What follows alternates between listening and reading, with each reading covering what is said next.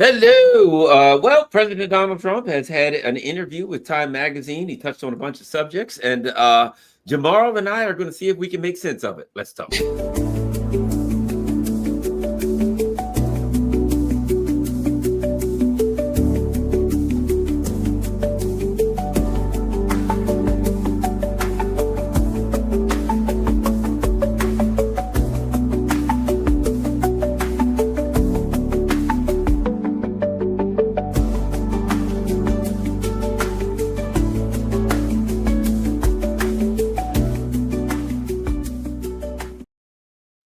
Hello, Garland Nixon here with Jamarl Thomas. So if you're watching it on my channel, Jamarl is running it at the same time. Or if you're running it on his channel, I'm also running it. If you're watching it on either of the channels, we run them together. So make sure if you're subscribed to one but not the other, that you go back and forth so you subscribe to both channels. All right, let's get going. U.S. President Donald Trump has stated that Kiev will never join NATO, suggested that Washington could officially recognize Crimea as Russian, and signaled he expects the Ukraine conflict to be resolved soon.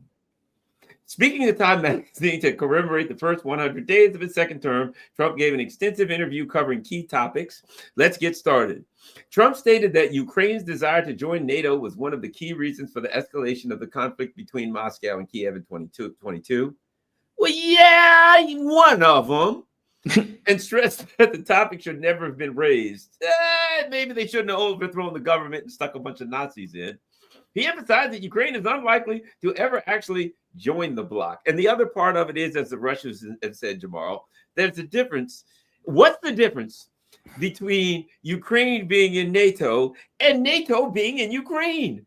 No, they're not a member. Okay. What are you doing? We've got NATO bases all over Ukraine. We got NATO soldiers running all over Ukraine like mice. We're NATO arms in Ukraine. Oh, by the way, we're going to actually exercise Article 5 as though they were a member of NATO. We're going to do things for Ukraine that we've never done for any member of NATO. We're going to give them more money and more weapons than we have given all of NATO combined in the history of NATO.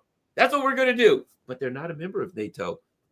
What say you about this foolishness about they're never going to join NATO, which he can only speak for 4 years anyway? Jamarl. In the Bucharest summit in 2008, NATO membership was offered to Ukraine. You can look at the NATO pamphlet during that time frame where they say NATO, they said Ukraine and Georgia, we would love for you to be part of the NATO. That will be fantastic. And we will start the process to do so. And of course, this is when William Burns sent the Net means Net memo, basically saying Putin is flipping out. This is intolerable. This is not necessarily going to take place. And it's not that he said it's not going to take place. He said it's going to create a civil war in Ukraine where Russia is going to have to get involved because it's on their border, something they don't necessarily want to do. They allowed the largest military in Europe. And as you pointed out, weapons, guns, money, intelligence, all of that stuff in Ukraine on the border of Russia, and even directing attacks like in Donetsk when they were, Western media tends to forget about this because they act like Eastern ethnic Russian Ukrainians in the East are not Ukrainians. They are, or at the very least they were. Now they're part of the Russian Federation. But they allowed all this stuff. And they act like Russia shouldn't have any issue with this. Just whether Ukraine is in NATO in earnest or de facto, those are the same things. There's no difference. And whether you are a NATO, let's say military, attacking Russia, or whether you're just giving all of the money, weapons, intelligence, and having Ukraine to do it, I don't think there's a huge difference in those things. Now you can say, well, they don't have nukes like France and the UK. Okay. But that's not, that difference is very, that's a shallow difference between those things. And so, yeah, he's right that there was an issue in regards to Russia taking issue with it. That is part of the reason that they're fighting this war. But, the huge military on their border, the attacking ethnic Russian Ukrainians and killing 14,000 of them, those are also major issues of what was taking place. Not to mention, we don't give Russia security guarantees. They don't deserve security guarantees. This stuff was like, all of these things were provocative. Knocking over the government of Ukraine in 2014, that's provocative. They're acting like no issue. We don't understand why Russia is flipping out. We don't understand why they're invading. It's like they're out of their minds. Well, there's a couple other things here that's interesting too that you have to take into account. Number one, and that is, he says Ukraine's desire to join NATO. There were back in the early to mid 2000s, there were polls done, and 20% or less at one point, I think one was 12% of Ukrainians wanted to join NATO. Right. Most Ukrainians, like 80% of the population doesn't want to join NATO. So was it Ukraine's desire to join NATO that caused the conflict? What happened? The United States then took over NATO. Victoria Nuland admitted to spending $5 billion in this poor country, $5 billion. They did propaganda in there. They did these things where they taught people how to go online and do online activism. In other words, online anti-Russia stuff and trying to join NATO, right? Right. So it wasn't Ukraine's desire. The U.S. created a desire in Ukraine where there was none, and then said they had a desire. What is this? Donald Trump's rhetoric is an attempt to blame Ukraine, to say, hey, we were just outside here, mind our own business. We were just chilling. And Ukraine decided to join NATO, and this big war started, and we got caught up in the middle of it. It takes away the malice. You know what I mean? That the United States surrounded, like, their desire to join NATO. Well, what about all the bases we built? And what about the lie we told Russia when we said we'd never move an inch to the east and we surrounded them with bases? What about the 2019 document that the Pentagon had written that was how to unbalance and overextend Russia? And in that document, they talked about how they could use Ukraine to do that. And he even armed Ukraine. So you skip everything and just like, well, it just so happened they wanted to join the Ukraine and Russia got pissed off about it. And then, I understand that. And then next thing you know, they were fighting it out. We're just trying to clean up this mess. This was a decades-long malicious act to destroy Russia, which multiple times we literally put in writing that we were going to use Ukraine to take out Russia. And now it becomes, I don't know. Probably shouldn't have happened, but you know what I mean? It's a denial of the maliciousness of the empire. That we're not an empire. We're not trying to overthrow governments, including Russia. We're not doing terrible things. We're not drawing people into wars. We're not arming. No, none of that. We're just kind of wandering around, minding our own business. And every now and then we get drawn into a conflict on Russia's border or China's border in Taiwan, incidentally, because we happen to be in the area. And we're just trying to straighten this thing out. It's pretty sickening overall. What Donald Trump's trying to do, his so-called enemies, if he really was opposed to all of these neocons, why don't he expose them? Why don't he just say, let's be honest about it, the neocons did this, and I'm not about that life. But he ain't doing that. No, he's not. Nor is he, pulling weapons, still passing sanctions, still doing that stuff. Trump could have walked in the beginning. He could have just, like Steve Bannon, walked the F away, call it a day. Say, all right, this is Joe Biden's war. I'm calling it a day, calling it quits. I don't believe in this war. I'm done. He didn't do that. He continued with this kind of war effort. They were still firing missiles. They were still blowing stuff up. So there's this myth that Donald Trump doesn't believe in the neocons. He surrounded himself with neocons, right?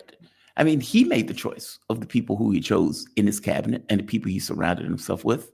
Every random blue moon, he gets Vance, somebody who, seems to be more hesitant, more restrained in regards to the war. But Vance still lumped in. It's like, all right, if you want to blow up a house in order to get one guy, fair enough. Blow up an apartment building, that's fine. That's okay. I'll if you guys want to do that, I'll lump it. I guess I'm saying he is projecting something during the campaign that is not entirely true. And the truth of the matter is, this is his war. I mean, how could it not be? He had the choice to leave it. He didn't. He had the choice to stop firing missiles into Russia. He didn't. So at this point, at some point, he has to own it, right? When is that point? 100 days? Was 100 days enough time? He said 24 hours. You might have said it was in jest. Whatever. He said it. And here's the other thing. He recently renewed the sanctions for a year. Yes, he did. against Russia. And there are a number of things that, if we're honest about it, the Treasury sanctions like Sputnik and RT, they don't even go through it. He could just wave his hand and say, all those Treasury sanctions, he's already done some of it. The Treasury sanctions where they were saying they were looking to see which oligarchs were still able to move their money, he just said, we're going to stop doing that. He could just say all Treasury sanctions against Russia, SWIFT, all that kind of stuff, forget all that stuff, because that's through the Treasury. He can just say it. It's not through the Congress. So he has an opportunity. And as I've said several times today, Trump could just, I mean, he's negotiating with the Russian diplomats. Why doesn't he just say, you know what, effective tomorrow, the flights between Russia and the US will regain, they're no longer prohibited, and all of those properties that we took from the Russians, they can have all their properties back. He doesn't need Congress to do that. So he's talking a good game, saying he wants to do this and that, saying he's making a move, but I'm not seeing the actions commensurate with, if I'm the Russians, I'm like, well, you sound good, buddy, but show me the money. Show me one thing that you're going to do that'll make the neocons mad. He's going to have to do something that the neocons will be mad about. I haven't seen that yet. Yeah, he's fence-sitting. I mean, he has to make a choice at some point, right? I mean, it's one thing to say something. It's another thing, do it. I will give him credit that he has moved rhetorically further than most presidents. I mean, even the recognition of the Crimea thing is rather big from a U.S. context. But, you know, if you're Russia, do you really care? I mean, and I say that to say they have lined up sanctions with this notion of we are going to economically and strategically defeat Russia on the battlefield and in economics. They openly said it. That is what the position of the U.S. And I don't care whether it's Trump, whether it's Biden, it is the United States that was effectively doing it. It is the United States that was killing Russians. Yeah, they might have been using Ukraine as the hand to do it, but they were using intelligence. It was our missiles, weapons, etc. So, you know, if you're the Russians, why do you care at a certain point? You've heard Europe complain and come up with all of this rhetoric and everything else. You've heard the U.S. complain and come up with all of this rhetoric. Truth be told, Crimea has been in the pocket of Russia. Mind you, they voted to leave to the tune of like 90-something%. And if you look at the other regions, they voted to leave. It's no wonder why they voted to leave, because they were being slaughtered by the Ukrainian government, the coup government that effectively took over the actual government of Ukraine. And then he called it a democracy. He got rid of all the opposition parties, all of the opposition media. They were attacking the church, attacking the Russian language, but they're like, this is democracy. And Putin just, you know, wanted to take over all of Europe. And he wanted to take over all of Ukraine. If you are the Russians and you hear that nonsense for years, do you care what they think about you, or for that matter, what they think about regions that you have delineated as being part of the Russian Federation? I don't think you do. No. I don't Yeah, think and you it's and the thing is this too. Okay, show me something material, right? Right. Okay. Oh, we'll recognize that. Well, you're saying that, but I believe you recognize it when you recognize it. They keep saying things they may do. Yes, we need to redo flights between the U.S. I'll believe them when I see them. Oh, we need to give them their property back and all this. I'll believe it when I see it. You know what I mean? I've said this. I once was when I used to do sales, we had a sales manager. And when you go in, hey, how did your sales visit, Garland, go? Go, Garland. You know what he wanted? The end result. Did you get the sale? No.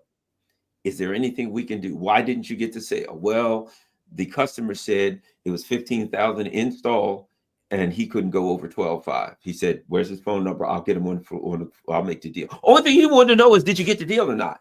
Yeah. And if not, why didn't you get the deal? And let me try to get the deal, right? Okay.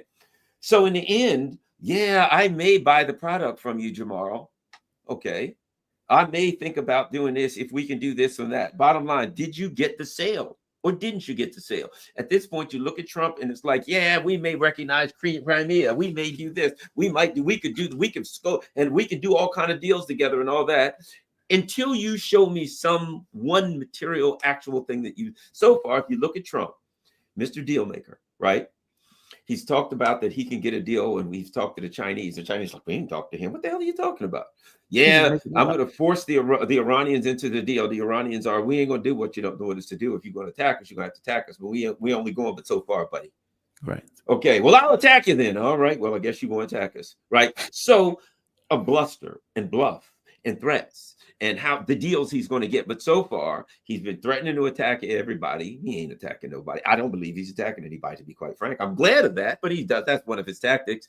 He's been telling us all the deals he's going to get. He's telling the other people what he's going to do for them and how he's going to work. But so far, to be honest, all we've got from Donald Trump is censorship, the opposite of what he said he was going to do. Raising taxes beyond any belief, the opposite of what he said he was going to do. The only material things that I've seen from Donald Trump are the opposite of what he said of what he ran on. Yeah, throwing people out the country that by court order are supposed to be in the country, and not just throwing people out the country, throwing people into foreign countries. That is mind-blowing.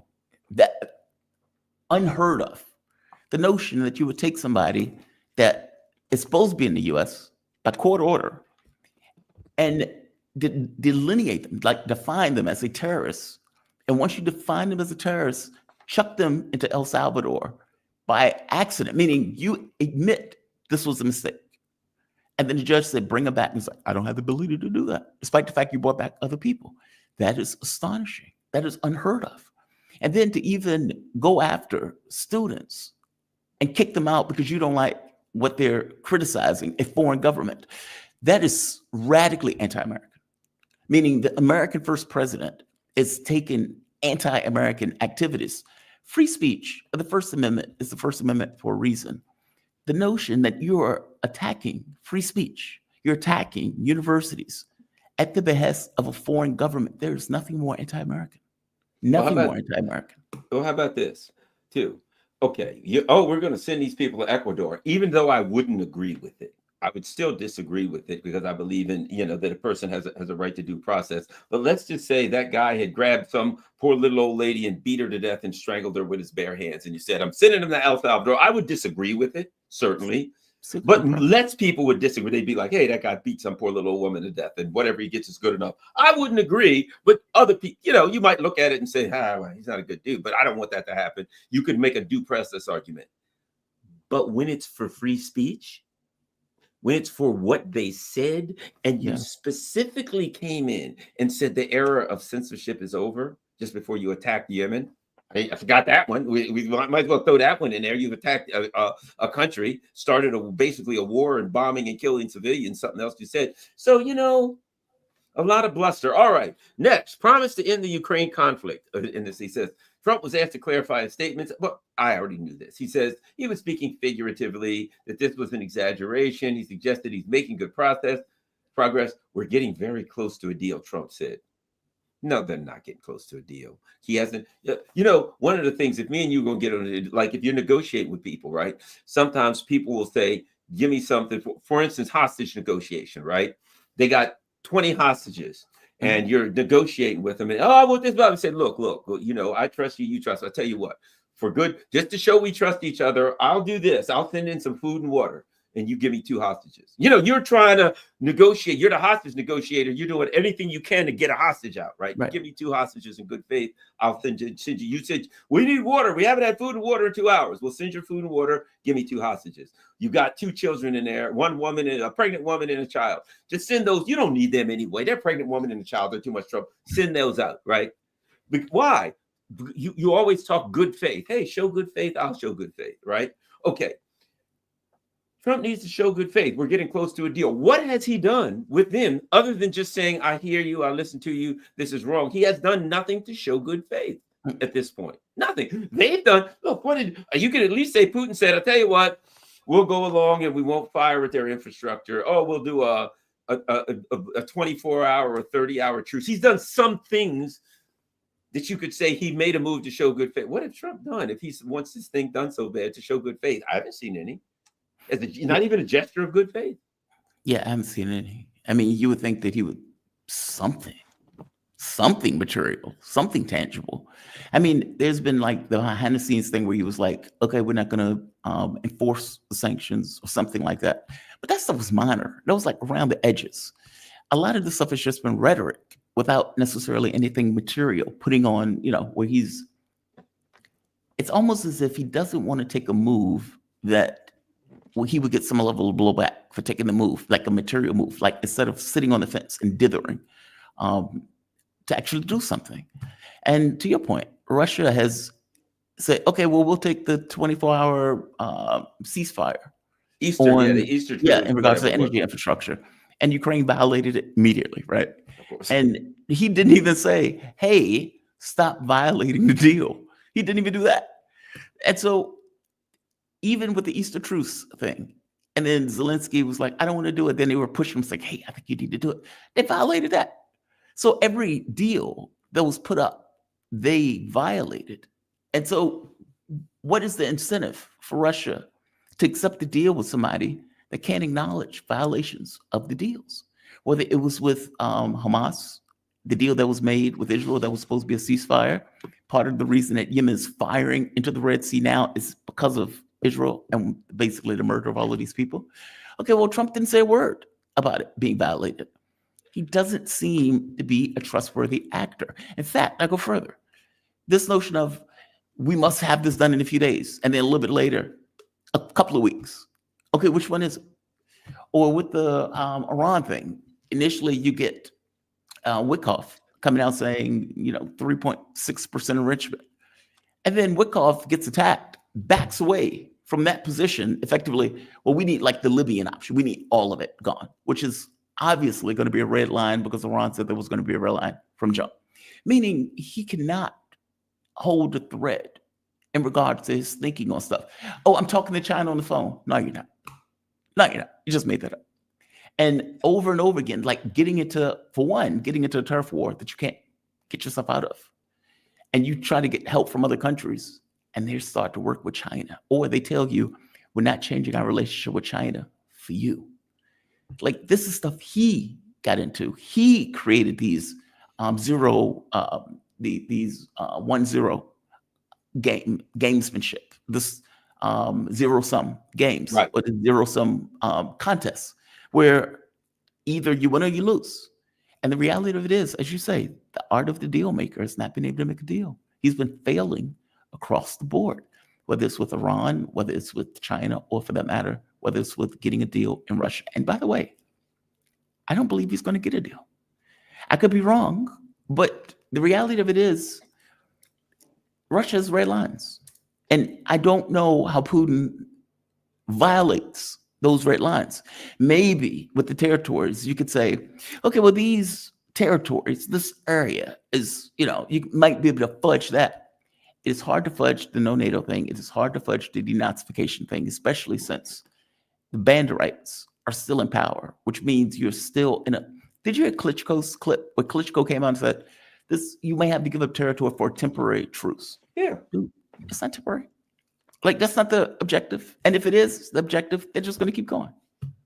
So, I don't know. Well, here's the thing about it is there's a recognition, there's an old term, and I think it's called the zealousness of the convert, right? Where somebody converts somebody to their way of thinking, and then the person is more zealous about that way of thinking than the person that converted them in the first place, right? So oh boy, we hate Russia. We have to make sure that the Ukrainians absolutely despise Russia. Well, you were successful. You were very successful. Now you say to the Ukrainians, look, that worked while it worked, but we're kind of tired of that. So y'all, all that hate and stuff, Russian stuff, that's over. We're now going to make a deal and walk away. And the Ukrainians say, you don't understand. You did a good job of convincing us to hate the Russians. You did so good that we really do hate them. We ain't faking. And we're not just going to walk away from that. We'll stand here and fight. Now we are crazy Nazi zealots, and we'll fight to the last. Here's the thing about it. The Ukrainians leadership is ready to fight to the last Ukrainian. Right. It's like during the end of Germany, when Hitler was arming children and literally said, the women, the children, every last person in Germany should fight the Russians and the, and the Allies. And if every last German dies, then they deserve it because they didn't try hard enough. Ready to just say, we'll all die. Every one of y'all should die fighting for me. And if you don't, then you weren't good enough. You didn't earn it. You didn't deserve it, right? And it's the same thing. The Western powers created the Third Reich to take out Russia. If you look historically, they armed them, they did everything. They created this Third Reich military machine to go fight Russia. And then it got out of hand and they couldn't control it because Nazis aren't like much really, they're not really, what's the word? They're not trainable.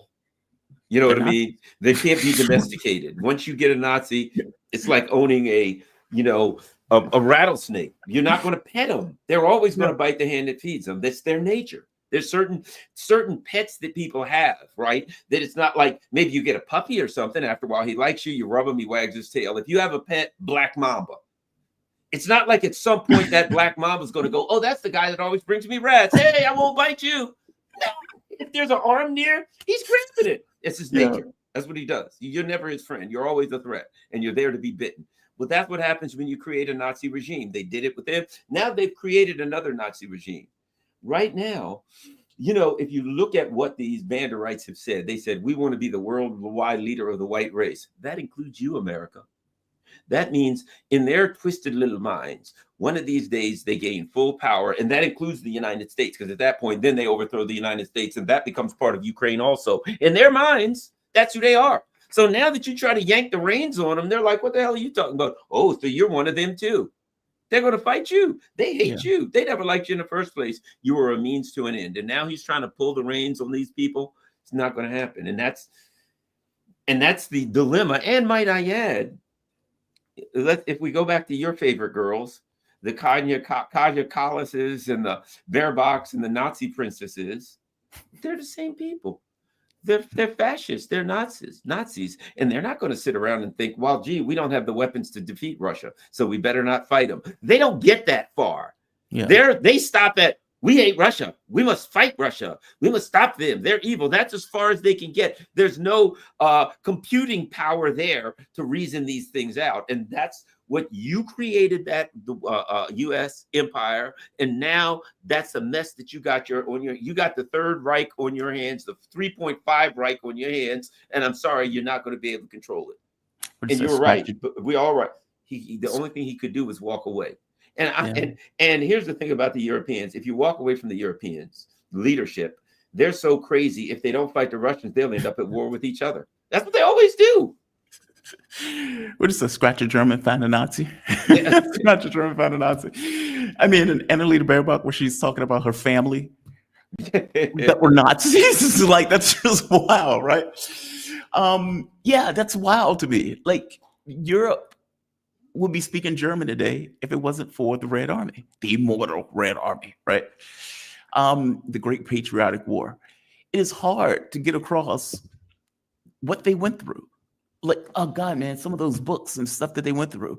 One of Beaver's book, he makes the point of saying how what took place on the East, the West could not fathom, because it wasn't a war. In essence, it was a war of extermination. It wasn't like, and he made this point of saying how Western soldiers would fight up to a certain point, and they're like, okay, I did my duty of what I was supposed to do. Hands up, I'm done. And that wasn't really an opportunity on the Eastern Front. It was a fight to the death, because it was a war of extermination. There is this badass speech. I am not idolizing Stalin. I'm not doing that. One of the speeches during the war, though, God, he made this speech where he said, if you want a war of extermination, then the war of extermination you will get. I have never heard a speech where the guys like literally saying stuff like that. But again, that was what they were doing, right? They were killing each other to death. What's like 80-something% of the Germans that died on the Eastern Front, fighting the Russians or fighting the Soviet Union. And for them not to acknowledge that is sad and pathetic. They would be speaking German. Kalis, whatever the hell her name is, she would be speaking German right now. That entire map of Europe turned to German, with the exception of like the Soviet Union, even large parts of the Soviet Union, up to the point where they pushed them back. And for them not to acknowledge that for a war that, yeah, they started. I know that they're trying to go, well, Russia invaded. Yes, Russia invaded. But look at what you were doing. You overthrew the government of Ukraine. What did you think was going to happen when you did that? That is a provocative act, right? If somebody overthrew the government of Mexico, that would be pretty provocative, especially if they were enemies of ours and they called it, a revolution of dignity when they overthrew the government in a coup. They ignore that. They have this weird stab in the back myth type scenario that they come up with in order to justify all of these weapons and everything else, jingoism into their communities, into their thing, just racist hatred that they've seeded into Europe with lies. It's astonishing the way that they've left out so much of what was taking place and why this war started. Fair enough. Either way, you lost. Now the catch becomes, do you accept that loss or do you keep digging the ditch? And it seems like Zelensky and Europe are deciding to dig the ditch. Arestovich has a great quote on one of his things. That was Zelensky's spinmeister. That was his propaganda minister who effectively left and became opposition figure, realizing, oh my God, all of these people are dying. It's our fault that we're doing this.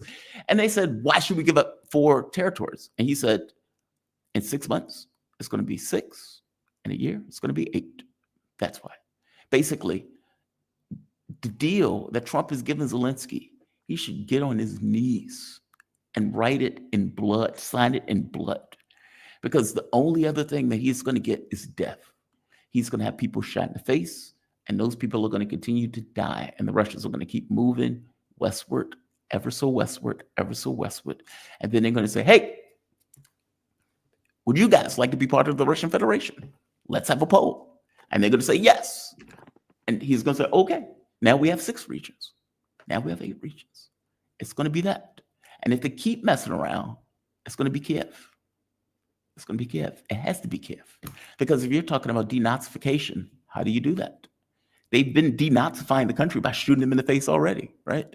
Especially the Banderites and the most radical versions of these people.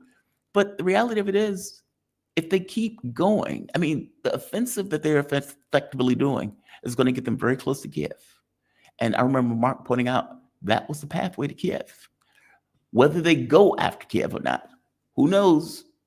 But if you're trying to denazify, and if you're trying to, let's say, get rid of the government that's in, that's where you go. If he keeps messing around, because in one last point, the Russians, the question becomes, how red are those lines? Now, Putin has been saying the red line stuff for a very long time in regards to what they need in order to end the conflict. And that is not where Trump is up to this point. We haven't necessarily seen all of the deal.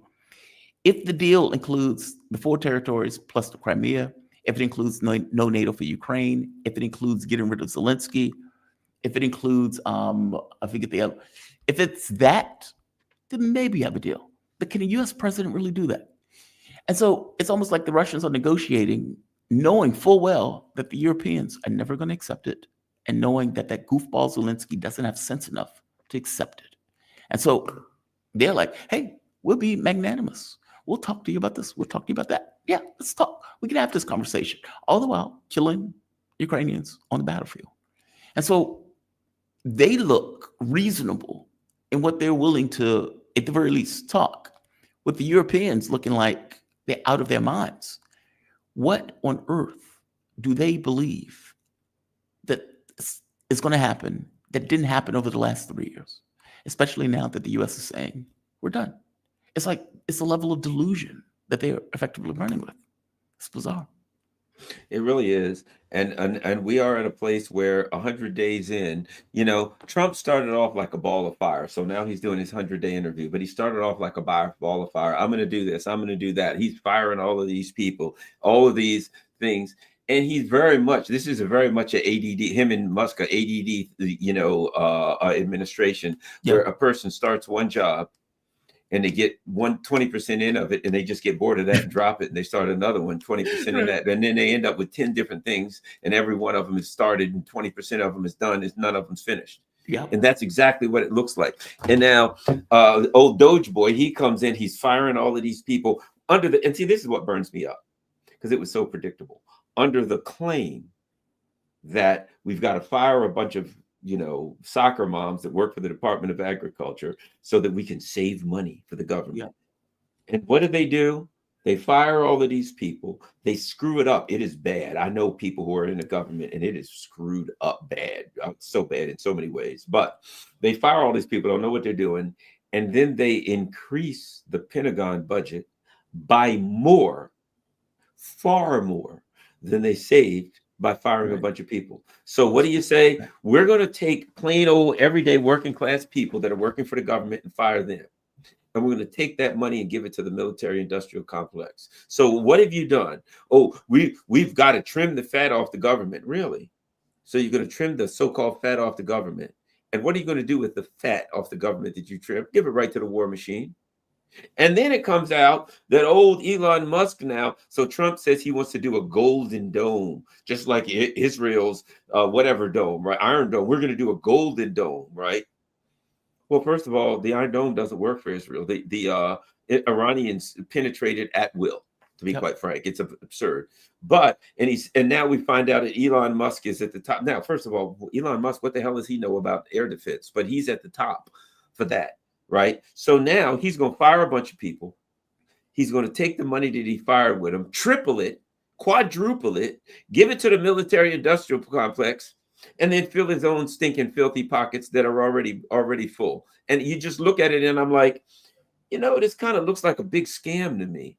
Like a billionaire came in and said, hey, this money's going to working class people. We can't have that. I got to put it in my own pockets. So you come in, raise the deficit. We've got to make all these moves because we got to save money. And and the Republican budget raises the deficit by $20 trillion. Yep. And right you put the biggest tax cut. Oh, it's hard. People can't afford the eggs. We're going to fix that. Yeah, you fixed it. And now it's not that they just can't afford eggs. They ain't going to be able to afford anything. They won't be able to afford to turn the stove on so they could cook the eggs if they could afford the eggs. It's absurd. Yes, it's worse than that, I would argue. I mean, Elon Musk, let's be generous. I don't think it's this much, but let's say he saved $500 billion. Hell, let's say he saved $1 trillion. As you pointed out, Trump is increasing the military budget to $1 trillion. We're not in any wars. And yet, $1 trillion. The Republicans are going in to put tax cuts, meaning enshrining his current tax cuts, and then putting $20 trillion on the deficit to give themselves tax cuts. That's astonishing. And then to make it even worse, the tariffs for this trade war that he created, who's paying that? We are. And so you have situations where items are not going to be on store shelves. If you can afford those items, because all of these items are now going to go up in value or cost because of the tariffs that Donald Trump has basically put on the world. And at the same token, because of the war and because of the volatility of the stock market, the dollar has been crashing. I think it's lost like 10% of its value. You had a situation where like bond yields, all of these things have just been chaos. The stock market was dropping like 1,000 points a day, back to back to back. You've lost trillions of dollars of wealth, right like that, off the top, just bam. And so what ended up or started off as a relatively decent economy where it was going to make, let's say, 1 or 2%, is going to be a recession. And it's going to be a recession simultaneously with your dollar paying or buying less and with the items being more expensive. All of it, none of it had to happen. While simultaneously, Trump has given himself a tax cut. Elon Musk, tax cut. His cronies, tax cuts. $20 trillion on the debt. It's already at $36 trillion, by the way. So we're talking about like a $56 trillion deficit that Trump is creating. And by the way, not saving any money. They're still putting like $2 trillion a year on the deficit. That was the entire point of Doge. So they fired all of these the richest man in the world, firing middle class and poor people that works for the government to save nothing. To save nothing. It's disgusting. That's what, and by the way, he is an albatross. Yes, I he is. call that like nobody's business. I said he's going to be an albatross around Trump's neck. He is deeply unpopular. Tesla stock plummeted, just fell off a cliff. And that just fell off a cliff. If you remember, he put all of their money into that election in Wisconsin in order to try to get his judge into office. And what happened? She lost by double digits because it became a referendum on Elon Musk himself, an albatross. People don't like the richest man on the planet. Billionaires in the old days, if you remember, used to work behind the scenes. Yep. Like they used to move stuff behind the scenes. I'm going to give this guy money. I'm going to give that guy money. I'm going to give this guy money in order to accomplish my objectives behind the scenes. And somewhere along the way, they got this idea that, hey, I should be in front of the crowd. They'll like me. Bloomberg got the message when he got on the debate stage and they ate him alive on that debate stage. He spent, $1 billion in a primary to lose miserably. And people took that money. They said, thank you for that money, knowing full well he had no chance. I'm pointing out that it's a weird reality bubble that these guys are in to think that the public will love me. Oh, they would think I'm awesome. No, they don't. You're a horrible you're a horrible person. You are firing people for no reason under the guise of waste, fraud, and abuse. It's nonsense. You have Social Security, Medicare, Medicaid, these offices that deal with the poorest of this country, the elderly, the sick, and he is destroying all of those institutions under this guise of waste, fraud, and abuse. Republican Party is trying to take $800 billion out of Medicaid under waste, fraud, and abuse. There's not that much waste, fraud, and abuse. They're doing it in order to get themselves tax cuts, to jimmy the math, to make it look like it is not as bad as it actually is. It is disgusting. Full stop, disgusting. That's why they hate him, as they should. 100 days in. And here's the thing. Trump ran on a bunch of stuff. That some of it I thought was good. Some of the things that he said, I said, hey, man, the man saying he wants peace, that's a good thing. And the man saying this, he ran on, oh, we don't want censorship. But, I said often, but I'm going to go with Trump is I'll go by what he does, not what he says. I've been saying that from the very beginning. He says this. Well, let's see the actions because he is Trump and he runs his mouth a lot. But, and we both said the same thing. Look, if he does something good, I'll say that was good. If he does something bad, I'll say that was bad. The Democrats were the worst. I hated the Democrats. Hey, he's coming in. He's got Tulsi and RFK Jr. He's got a little bit of a team of rivals thing going on. Let's see. Maybe this can work out. Maybe it'll be okay.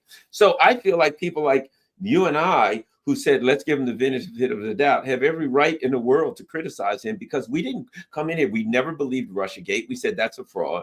We said Kamala is probably the worst candidate that I've ever seen in my life. And Joe Biden was a mentally broken zombie. All these stuff are true. Zombie. Yeah, exactly. Dead man walking. But when Trump came in, we're like, okay, show me the money, brother. Let's see what you're going to do.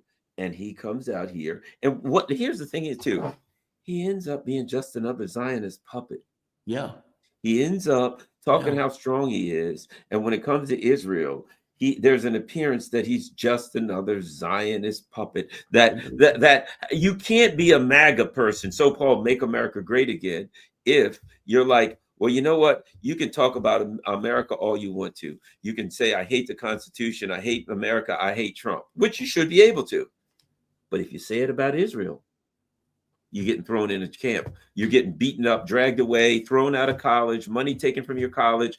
It's like a guard dog, like Malcolm X talked about a guard dog. A guard dog is not trained to protect himself. If a guard dog's walking down the road, you kick him, pow, the dog, he'll run away, right? But if you go after his master, then you'll see his teeth.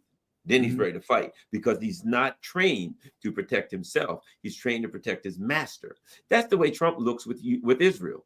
You know what I mean? Yeah, you can talk about Trump. You're a jerk. Okay. America sucks. Whatever. I don't like Israel. Oh, well, buddy, you stepped over the line now. You can talk about me. You can stomp on me, spit on me, and urinate on me. You can come to the White House and poop in the floor. I don't care. But if you say one word about Israel, you're going to El Salvador and you're never coming back. And might I add, this article, Mr. Tough Guy, yes, sir, we're standing up. The Russians will have to do what we say.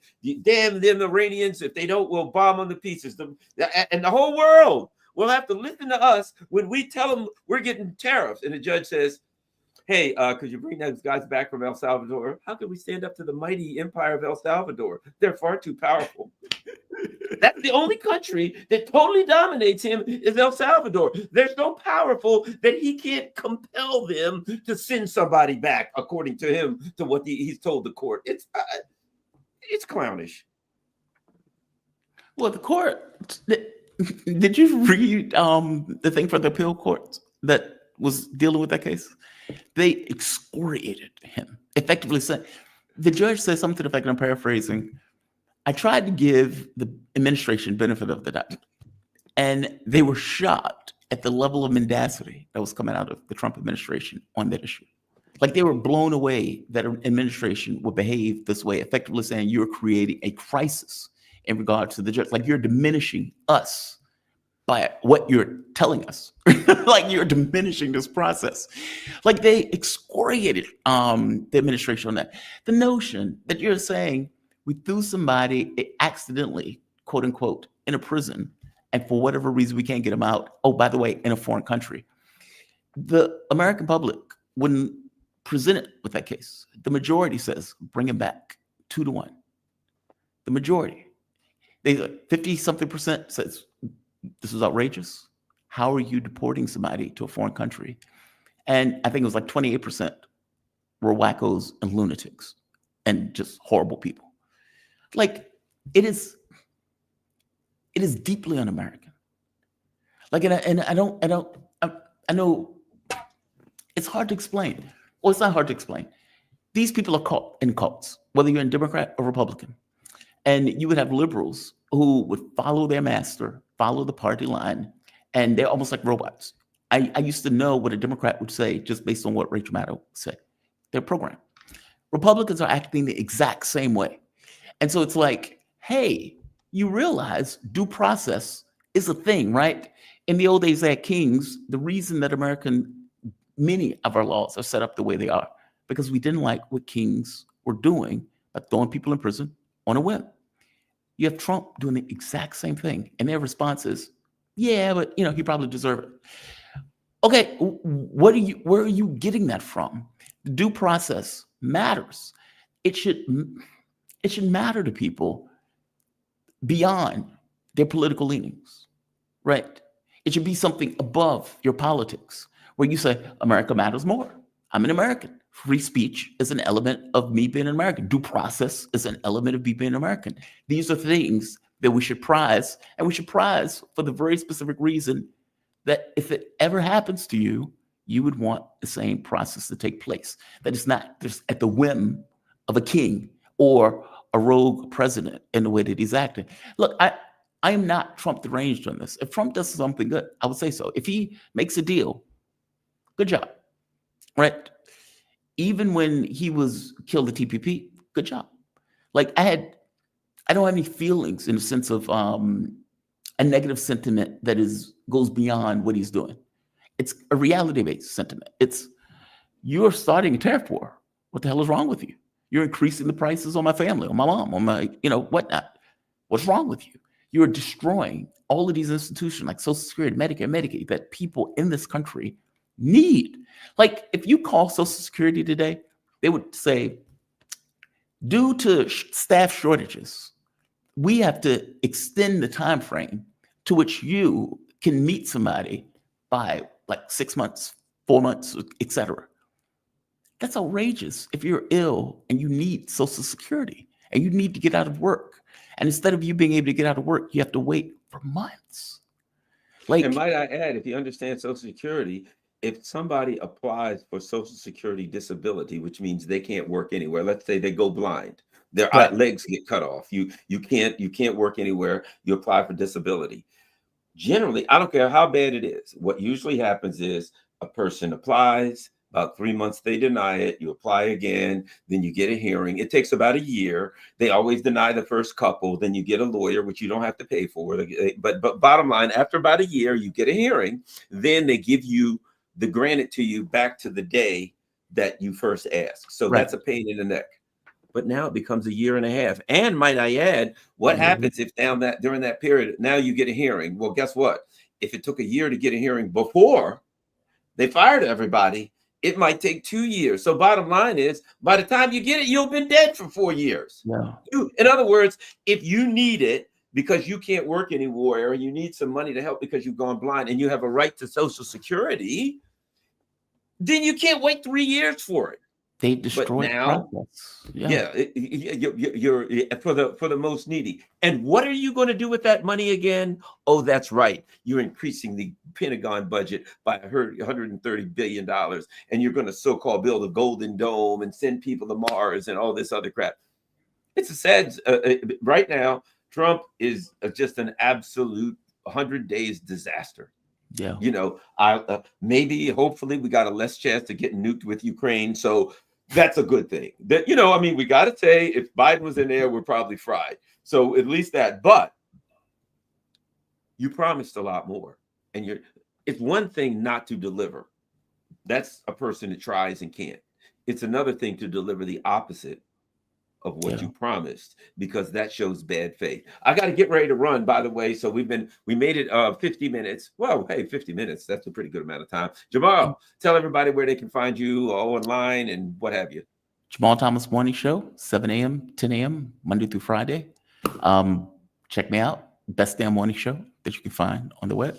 Do news, politics, domestic, international. All right. And I'm on, yeah, everybody knows my channel, Garland Nixon. Don't forget, there's a little join button. You can join and become a member. Also, we got follow me on Rockfin, follow me on Rumble. And if you can, whether it's buy me a coffee or Patreon, then if you can PayPal, whatever, it's all going across the bottom. And also, if you look across the bottom, I have a P.O. box now. So if somebody wants to send me letter, you know, I've had people say, hey, I'd like to send you a letter or send you some info or whatever. Guess what? I got a P.O. box. You can send me something now. It's right across the bottom, P.O. Box 32 or whatever, Glen Burnie, Maryland. So make sure that you are subscribed to both of our channels. If you can afford to join. Also, share these shows on all your social media platforms. We're out. All right.